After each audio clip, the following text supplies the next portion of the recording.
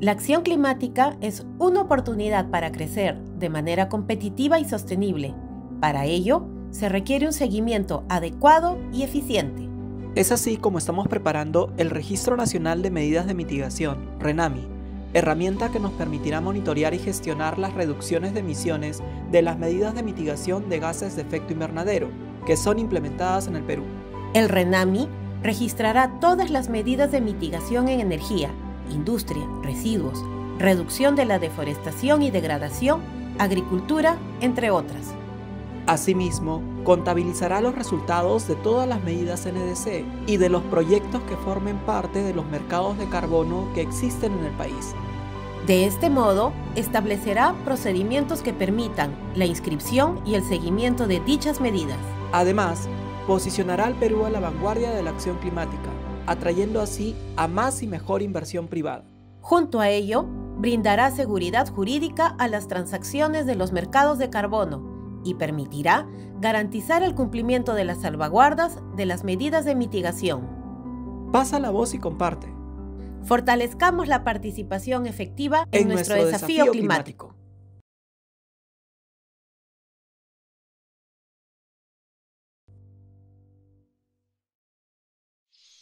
Tierra solo hay una.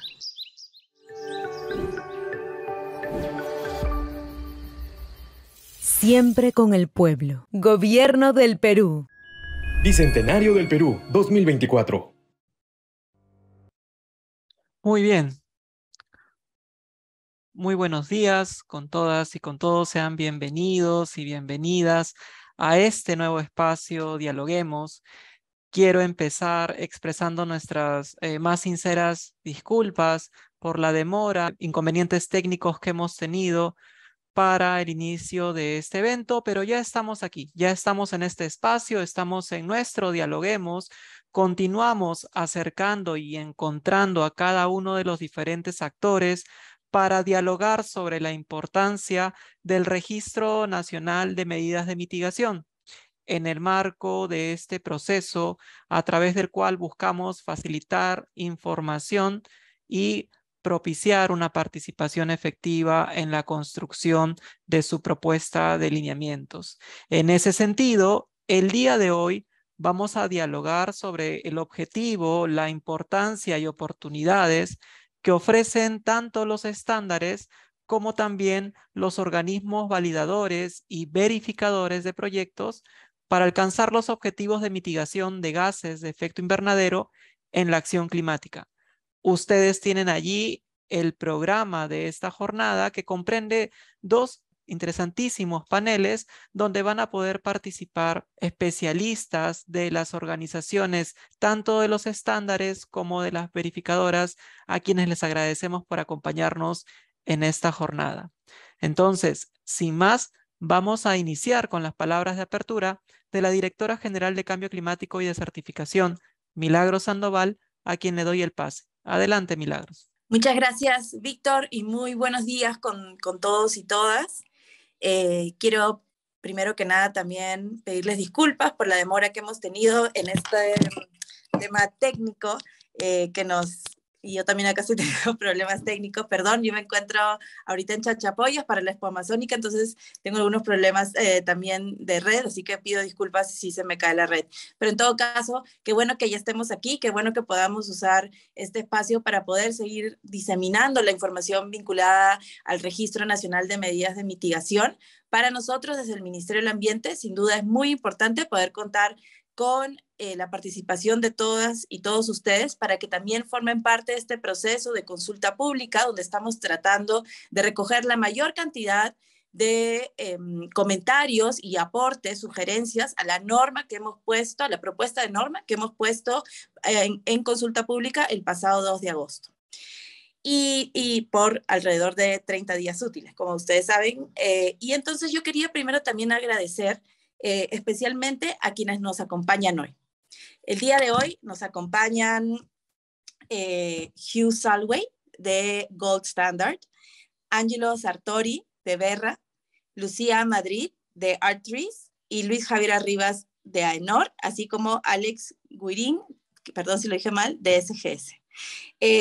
Muchísimas gracias por acompañarnos, porque la idea de estos dialoguemos es que podamos escuchar la voz de quienes ya están avanzando y trabajando en estos temas, y sin duda lo que nos interesa es poder también explicar cómo funciona el mercado de carbono, pero no solo que lo expliquemos nosotros desde el Ministerio del Ambiente, pero sino que lo expliquen a aquellos actores que están involucrados en este proceso, como es el caso, y en este específico caso, tanto de 3 estándares internacionales vinculados a estos temas de mercado de carbono, como también 2 instituciones que validan y verifican la posibilidad de tener reducciones de emisiones en actividades específicas.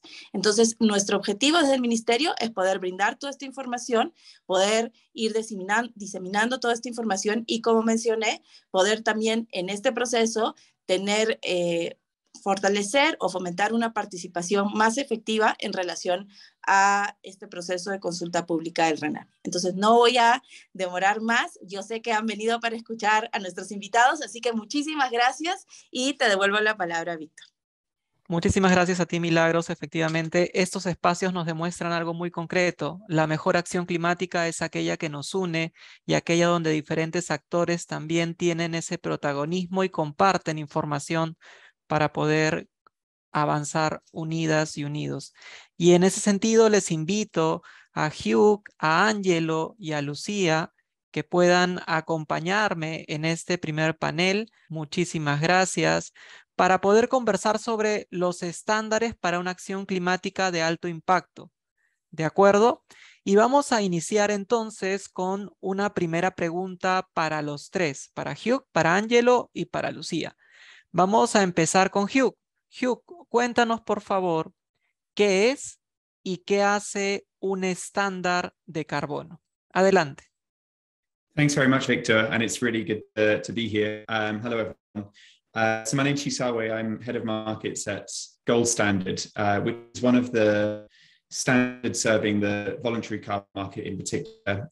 We've been around for nearly 20 years, and we have several thousand projects registered with us across 90 countries in the world. You can really break down what a standard setting organization does to 4 different parts. So firstly, we have a set of overall rules and requirements which projects which plan to reduce emissions to achieve mitigation have to follow if they are to be accredited to our standard. So these include rules around avoiding leakage of emissions, checking that projects are additional, but they also include important elements like safeguarding against negative harm and ensuring that stakeholder consultation takes place. The second part of what we do as standard setting bodies is we approve methodologies. And this is essentially the method that must be used by projects to calculate the emission reductions which they achieve, and essentially sets out how projects should be designed and run. The third element that we kind of do as a standard setting body is we work with a set of independent auditors, so verifiers, who we're going to hear from later, who verify that projects are designed in a way that meets the standard, and then ultimately that they've achieved the impact which they say they have. And then that's when we issue carbon credits to projects. That's the fourth part that we do. Each standard runs its own registry, which is a record of carbon credits that have been issued to projects, a record of where those projects sit, and also when they are ultimately retired. And that essentially is the kind of main elements of what makes up a standard setting body, and which we pretty much all have in common. Muchísimas gracias, Hugh. Vamos con esta misma consulta, en este caso para Lucía. Lucía, cuéntanos, bajo estos aportes que ya ha venido realizando Hugh, ¿qué más resaltarías respecto a qué es y qué hace un estándar de carbono? Adelante, por favor. Bien, gracias, Víctor. En realidad, Hugh creo que respondió la pregunta y por eso yo quisiera más bien agregar un ejemplo distinto para el caso de TRIS, que nosotros contamos con un estándar que es para certificar iniciativas de red más jurisdiccional.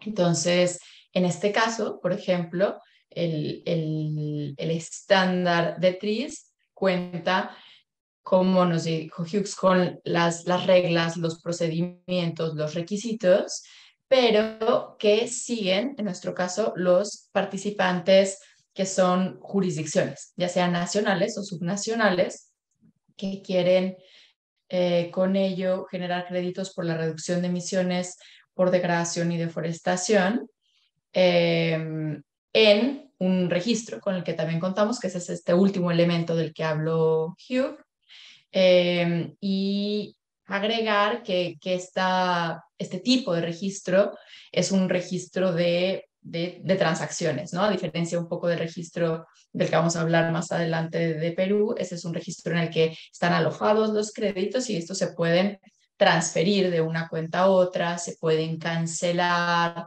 y tienen una serie de elementos de transparencia. Entonces eso es lo que yo agregaría. Muchas gracias. Muchísimas gracias a ti, Lucía, y concluimos esta consulta con Ángelo.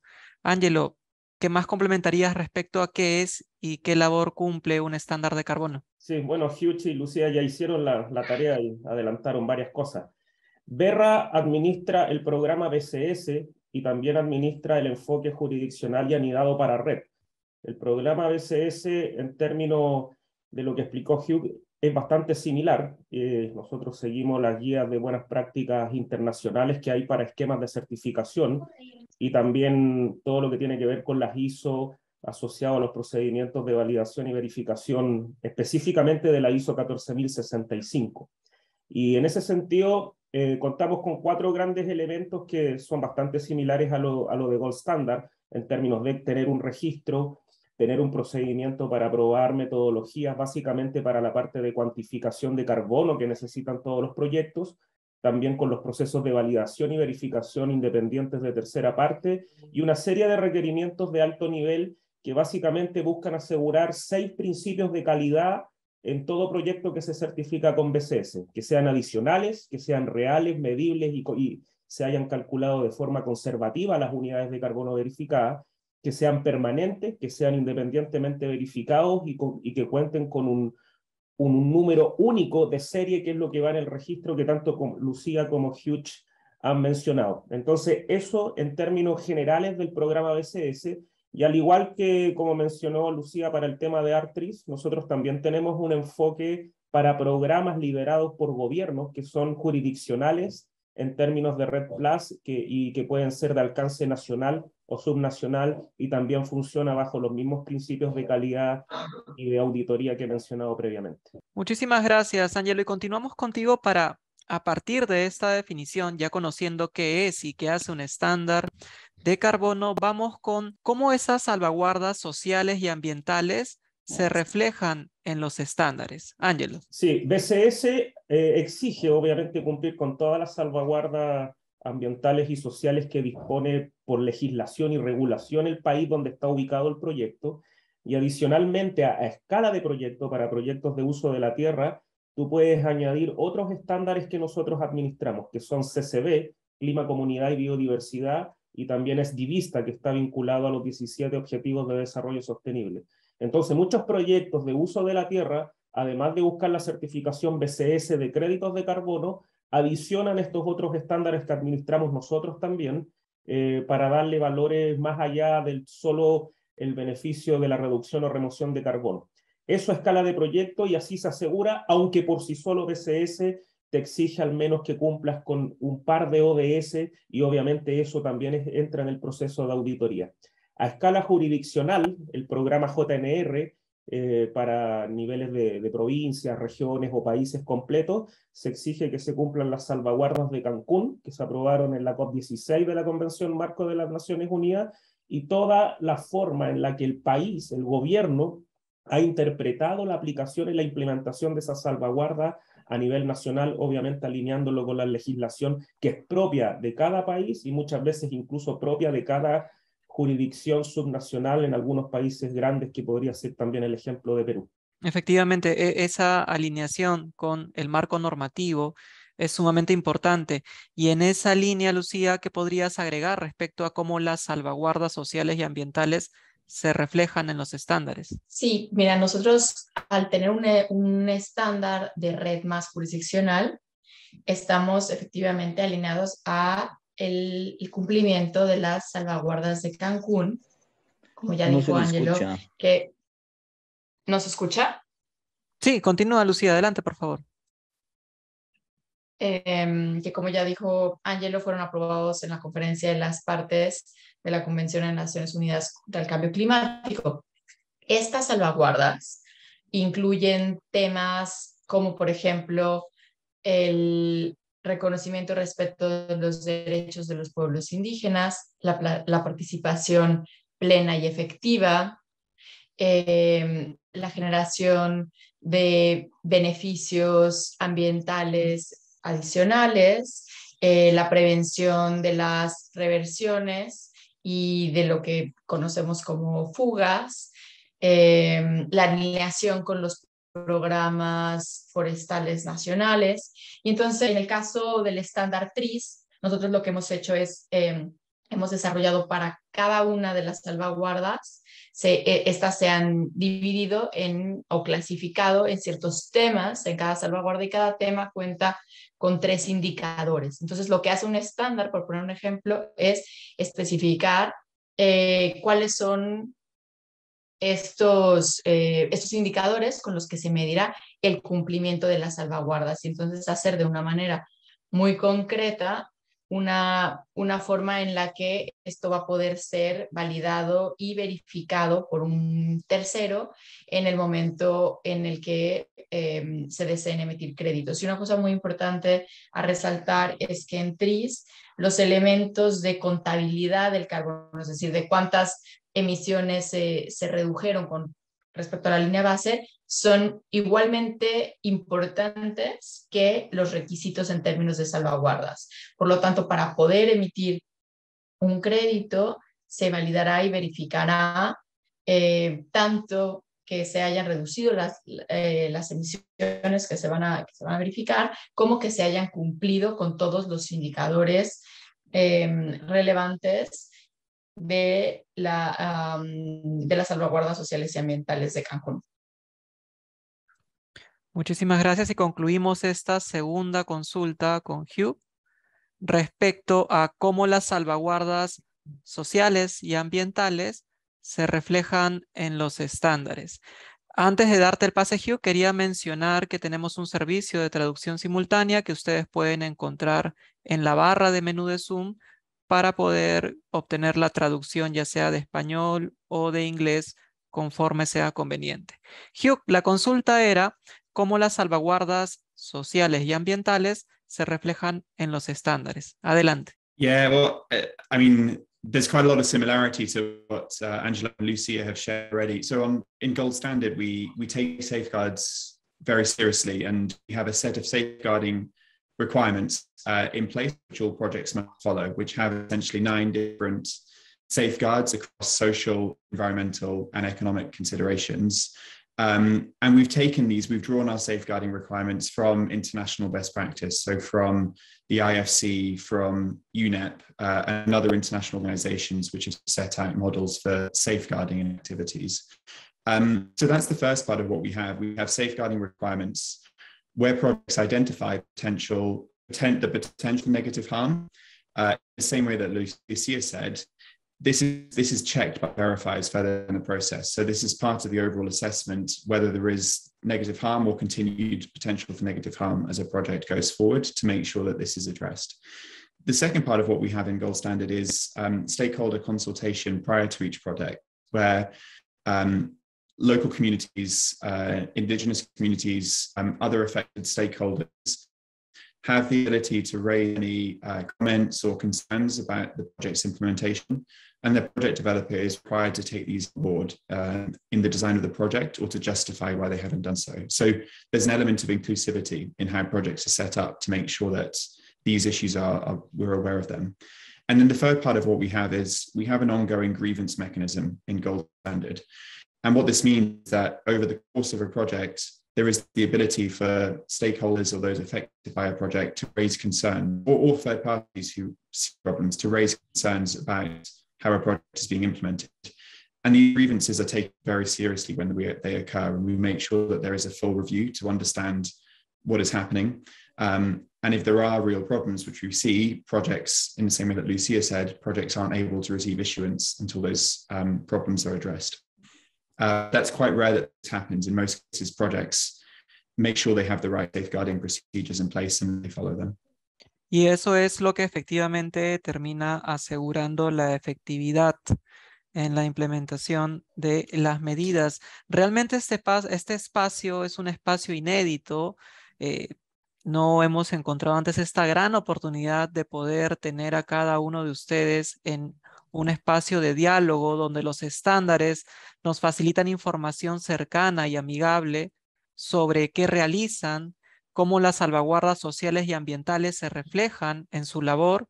Y en ese sentido continúo con una pregunta importante que quisiera empezar en esta ocasión con Ángelo.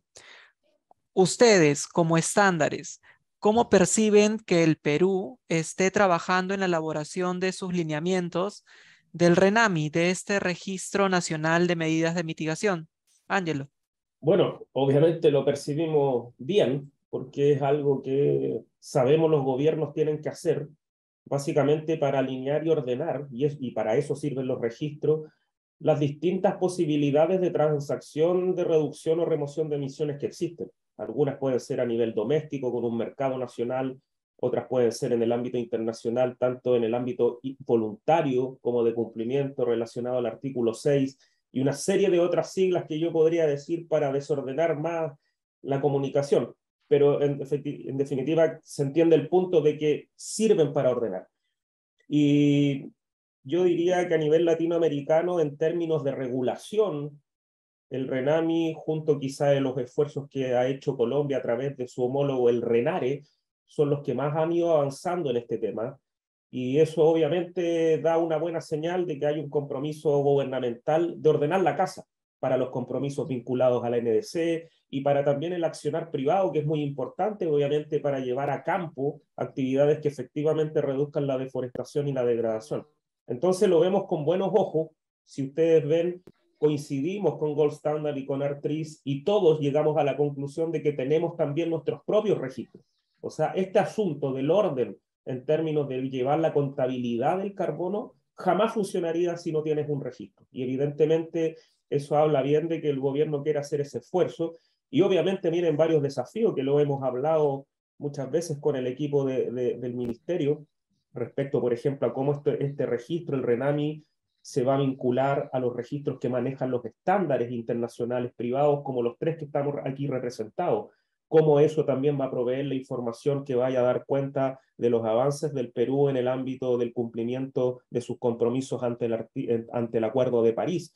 Y también dando una respuesta con la frecuencia y calidad que también se requiere desde el ámbito de los proyectos privados. Solo estoy enunciando ahí algunos de los grandes desafíos que sé que muchos de los que están participando, porque ya vi los nombres, están expectantes de ver cómo se soluciona, ojalá en el corto plazo, porque hay situaciones y necesidades en los territorios que muchas veces llegan con proyectos y con políticas públicas adecuadas, un poco tarde, y obviamente las comunidades ya esperaron lo que tenían que esperar. Ahora ya creería que vamos un poco atrasados con eso, pero en definitiva ese es el mensaje, los registros, y nosotros desde Verra siempre hemos visto con muy buenos ojos que se está haciendo algo así, y de hecho el registro de Verra, ahora también pronto vamos a anunciar la posibilidad de interconectarse a los registros gubernamentales, básicamente para una mayor trazabilidad de lo que nosotros promovemos en los ámbitos de los mercados globales.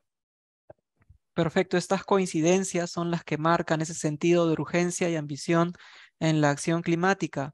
Desde Gold Standard, Hugh, ¿tú cómo percibes y cómo Gold Standard percibe que el Perú esté avanzando en ese proceso de elaboración de sus lineamientos para su registro nacional de medidas de mitigación? Yeah, well, I agree with a lot of what Angela said already. I think the main message is with the implementation of NDCs. So now in a context, every country across the world has NDCs and needs to better understand the emissions which are taking place within their country and also the actions which are taking place to reduce those emissions. So in this context, it is really important that Peru and other governments who are in a similar position to you have in place a registry like RENAMI as you're developing, where you can track mitigation activities which are taking place and can understand the action which is going on in order to reduce emissions to deliver towards your NDC or to go beyond your NDC. So I think it's really positive that you're developing this. And just linking back to one of the things that Angela was saying as well, I think understanding the function of the registry is really important as well. Is this simply a place to record information and to understand what is happening, or does it have more functionality? So if you look at the registry of a standard like ours, there is the ability to transact carbon and to retire carbon credits. And I think we're talking about something different with the Renami registry, but these are the things that will need to work together across governments and programs over the coming years to understand how these things can be best connected. Perfecto, y concluimos este espacio entonces con la misma pregunta para Lucía, ¿no? Esta percepción, esta mirada, ¿qué crees tú también que podrías señalar desde Artriz? Adelante, Lucía. Bueno, primero que nada, sí, felicidades por el esfuerzo para los países. Es una... de pronto es un reto estarse adaptando a cambios tan constantes que ha traído el crecimiento de los mercados de carbono en el mundo, y que se espera que siga creciendo de forma muy importante, y por lo tanto eso va a requerir un esfuerzo interesante de adaptación de las políticas públicas y de los enfoques que no siempre los gobiernos tienen digamos, la configuración para hacer cambios con esa rapidez, ¿no? Y entonces, en ese sentido, la flexibilidad de este tipo de instrumentos es muy importante, y la comprensión de todas las partes, como ya dijeron Angelo y Hugh, de cuáles son las funciones. Y creo, de pronto, que tenga un nombre, el mismo nombre, cuando nosotros decimos el registro con el que tenemos los estándares, y este también se llama registro, puede ser que en algunas personas les genere una confusión al creer que son lo mismo, pero creo que el mensaje clave a llevarse por muchas personas el día de hoy es: los registros que tenemos en los estándares son los espacios en donde se alojan estos créditos de carbono desde que se emiten, desde el momento en el que son emitidos, se alojan en ese lugar. Es el espacio en donde los distintos actores pueden tener una cuenta en el registro, en la cual pueden tener créditos, pueden transferirlos a la cuenta de otra entidad que los haya comprado o con quien hayan hecho cualquier tipo de acuerdo comercial o no comercial, y son también el espacio de donde esos créditos van a terminarse retirando o cancelando una vez que hayan sido utilizados para mitigar ciertas emisiones. Entonces, ese es el registro de los estándares. Y del otro lado, el registro que pueda generar un gobierno tiene estas funcionalidades, digamos, de transparencia, control, ubicación, orden, que no quiere decir que se cambie el sitio de alojamiento de los créditos. Y eso creo que es un mensaje que todo el mundo vale la pena que tenga claro. Son funcionalidades distintas, es necesario que los sistemas se escuchen y estén en tiempo real comunicados, pero en ningún momento se trata de duplicar funciones, sino de permitir que las acciones de los gobiernos, sus políticas públicas y sus decisiones se vayan tomando con la mejor información posible en un marco de coordinación y cooperación. Así es que lo celebramos también desde ART. Y nosotros celebramos junto a ustedes el haber podido contar con este espacio nuevamente inédito y sumamente importante. Les agradecemos muchísimo, Hugh, Angelo, Lucía, por habernos acompañado, por su tiempo y disposición. Muchísimas gracias. Como tú bien mencionabas, nos mantenemos siempre en contacto y en coordinación. Ha sido un placer contar con ustedes, y vamos a pasar ahora al panel número 2. Y para hacerlo, para poder entender ese espacio de articulación entre la labor que por un lado realizan los estándares y por otro lado la labor que realizan los verificadores, me va a acompañar Manuel García Rosell. Él es coordinador del proyecto Promesa Climática del Ministerio del Ambiente, para conversar muy brevemente sobre esta articulación entre uno y otro, entre los estándares y los verificadores. Manuel, ¿cómo estás? Muchas gracias, Víctor. Bien, muy bien. Bueno, buenos días, buenas tardes, dependiendo de dónde se encuentren, a todos los presentes.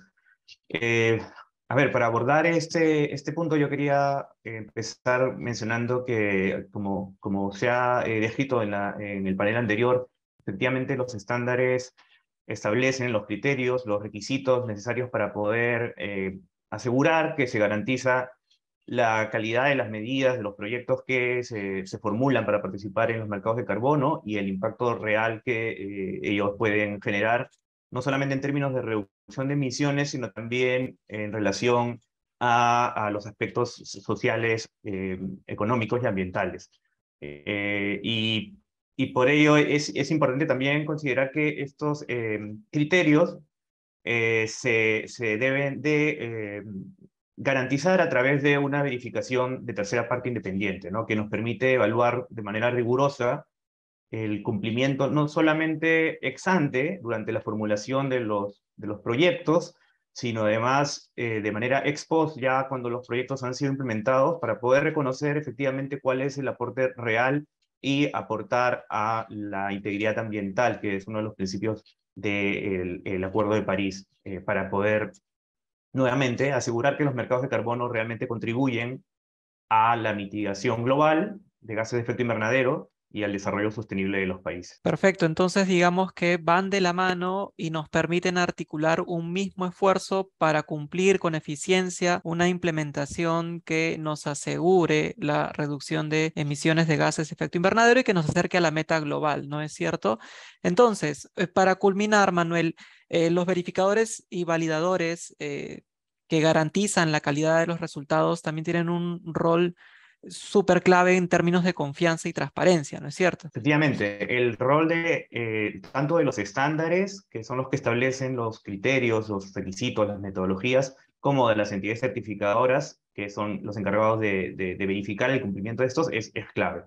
El rol de los certificadores es esencial para poder asegurar que el valor real de las unidades de reducción de emisiones que se generan para los mercados de carbono y sobre todo considerando el contexto actual, enmarcados tanto en el Acuerdo de París como en el crecimiento que han tenido los mercados voluntarios de carbono, es fundamental para poder apoyar el trabajo mutuamente que realizamos tanto desde el sector gubernamental como desde las propias iniciativas de los programas de reducción de emisiones, ¿no? Digo, es decir, los estándares para ir hacia un mismo objetivo. Y para nosotros es sumamente importante recoger el trabajo y la experiencia que ha sido desarrollada por tanto los estándares como las entidades certificadoras durante los últimos años. Ya son varios años que se han venido implementando proyectos desde tanto el Mecanismo de Desarrollo Limpio, el Protocolo de Kioto, como de los mercados voluntarios, y ahora estamos capitalizando esa experiencia para poder implementar el artículo 6 del Acuerdo de París, y además también aprovechar las otras oportunidades de mercado dentro de los esquemas voluntarios. Y para ello, muchísimas gracias, Manuel. Nos acompaña en un segundo panel representantes de AENOR y de SGS. Vamos a darle el pase entonces y la más cordial bienvenida y nuestra profunda gratitud a Luis Javier Arribas y a Alexis Guirín. ¿Cómo están? Muy ya buenas tardes desde Perú. Bienvenidas, bienvenidos. Vamos a empezar entonces con Luis Javier. Luis Javier, en este panel donde vamos a hablar de los verificadores y validadores y sobre cómo estos garantizan la calidad de los resultados de las medidas de mitigación, cuéntanos en primer lugar qué diferencia hay entre un proceso de validación y verificación. ¿En qué momento intervienen en la implementación de un proyecto de mitigación? Bueno, pues hay una clara diferencia. La validación se lleva a cabo para proyectos que están en fase de diseño, digamos, normalmente antes de su implementación, y el objetivo de su validación es asegurar que en ese diseño del proyecto ya se están teniendo en cuenta todos los requisitos del estándar por el cual quieran luego posteriormente registrarse, para evitar problemas a futuro una vez que se vaya a verificar y ya el proyecto esté implementado, ¿no? Entonces, luego en la verificación, como acabo de mencionar, es un proceso que se lleva a cabo ya después de diseñado y desarrollado el proyecto, cuando ya se ha implementado y ya está en plena operación, y ya está produciendo reducciones o remociones de emisiones. Y el objetivo en ese caso ya es asegurar que esas reducciones han sido determinadas y conforme a las metodologías establecidas por los estándares, y que el proyecto se ha implementado conforme al proyecto diseñado inicialmente y que fue validado, que no tiene ninguna diferencia, y en el caso de que se hubiera implementado con alguna diferencia, pues evaluar si esas diferencias en la implementación pueden ser significativas o no y pueden afectar a ese registro de las reducciones durante el periodo que se esté verificando. De acuerdo, muchísimas gracias. Y entonces vamos ahora con Alexis. Alexis, cuéntanos, por favor, en ese contexto, ¿por qué es importante pasar por un proceso de verificación? Y cómo ese proceso considera las salvaguardas ambientales y sociales. Adelante. Solamente que no, la validación siempre uno ve una proyección hacia futuro, ¿no? Lo que va a ocurrir de acá en adelante, que podría ser, por ejemplo, proyectos que hemos visto de SGS, no sé, de plantaciones de árboles, cómo van a crecer en los próximos 20, 50 o 100 años, ¿no? Teniendo en cuenta si es un bosque productivo o si no lo es, ¿no? Porque el stock ahí puede cambiar si se trata de un tipo de bosque u otro tipo de bosque. También hemos visto algunos proyectos también con paneles solares que son muy interesantes. Así que la validación, como bien dijo Luis, es hacia adelante, y la verificación, estamos viendo un proyecto que ya ha terminado, ¿no? Donde ahí se verifica la data real de lo que realmente las reducciones que se han producido. Es decir, todas las validaciones podemos decir entonces que son por lo general antes, ¿no? De iniciar un proyecto, ¿no? Para ver lo que puede rendir o lo que puede mitigar. Bueno, y también las verificaciones, lo que se puede comentar es que por lo general se ve a año terminado, pero también eso puede depender del tipo de proyecto que se esté analizando. En cuanto a las salvaguardas ambientales, bueno, en realidad eso depende un poco también de la metodología que se ha elegido, ¿no?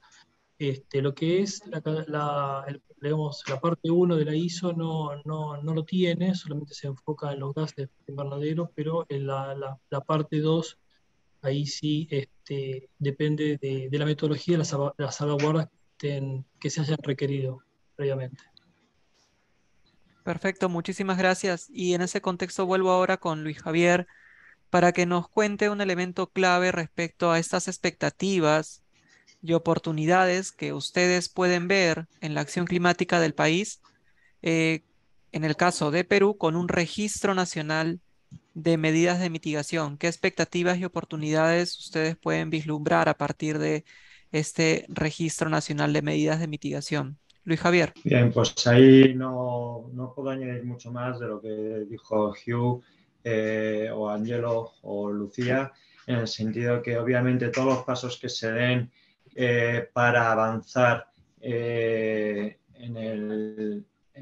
los requisitos de los NDCs a nivel nacional y en el cumplimiento del artículo 6 de París, pues es obviamente bienvenido, si bien es cierto que, como también se ha dicho, exige un esfuerzo importante, y bueno, pues por eso mismo, pues en el caso de Sudamérica, pues posiblemente sois pioneros junto con Colombia en empezar a hacer ese esfuerzo, y bueno, pues seguramente que sois los que marcáis el camino con todas las dificultades que os encontréis para pues bueno, pues los que vengan después, pues que ya, digamos, sepan cómo resolverlas de antemano, ¿no? Pero vamos, es importantísimo que exista ese registro, igualmente como han dicho, pues para asegurar, yo creo que la palabra clave es poner orden en todos los proyectos a nivel nacional que haya en Perú, para asegurarse que haya trazabilidad, que haya transparencia, que esté toda la información coordinada, gestionada adecuadamente, etcétera, etcétera, ¿no?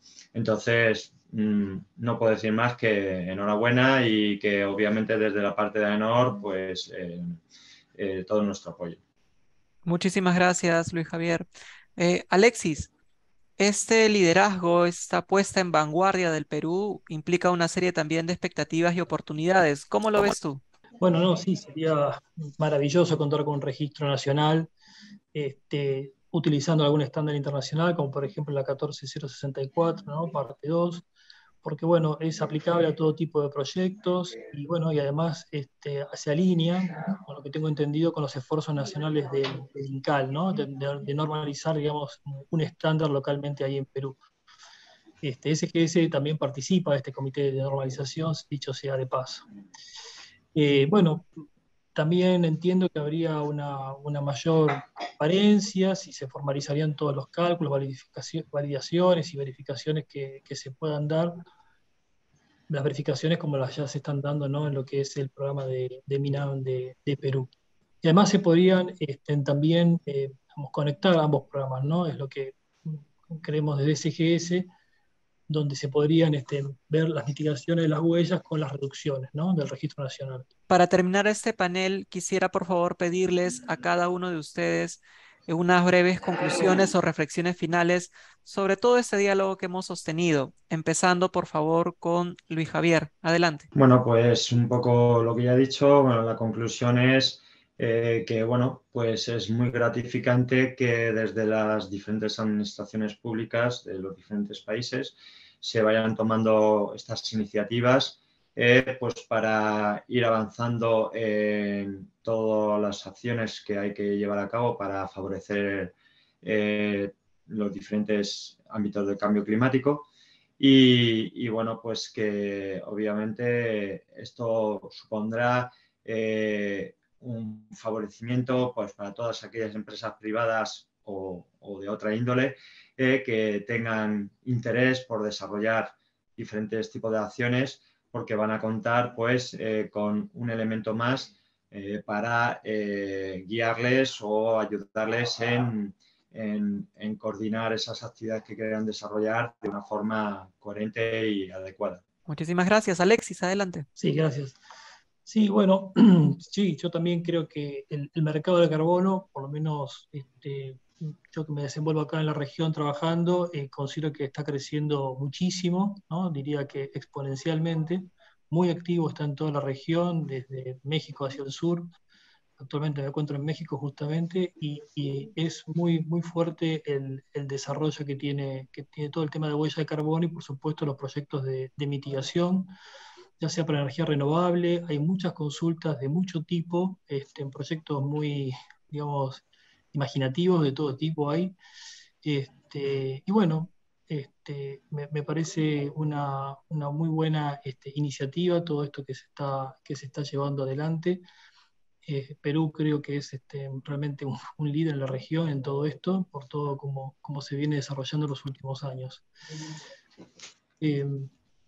Básicamente sería esto. Muchísimas gracias, Alexis, y muchísimas gracias también, Luis Javier. Hemos aprendido y hemos compartido mucho a partir de sus lecciones, sus experiencias y las precisiones tan necesarias que es siempre hacer respecto a la labor que cumplen y cómo se desarrollan.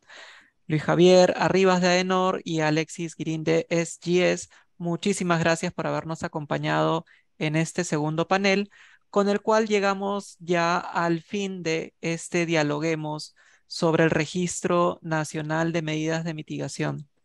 Quisiera resaltar dos importantes mensajes. El primero es que este espacio de Dialoguemos continúa trabajando con el objetivo de hacer escuchar la voz y la acción también de los diversos actores y sectores vinculados a este proceso. Y en segundo lugar, qué importante hemos comprendido hoy es poder ordenar la casa. Ese orden que se requiere no solamente para estar a la vanguardia de la acción climática, sino también para generar con esa vanguardia, con ese liderazgo, el bienestar que todas y todos los peruanos buscamos en el marco del desarrollo sostenible de nuestro país. El diálogo continúa. Muchísimas gracias por su amable atención y seguimos en contacto para futuros y próximos dialoguemos. Muy buenas tardes, que estén muy bien cada uno de ustedes.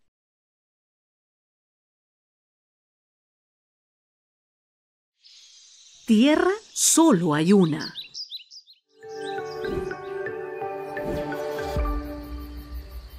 Siempre con el pueblo. Gobierno del Perú. Bicentenario del Perú 2024.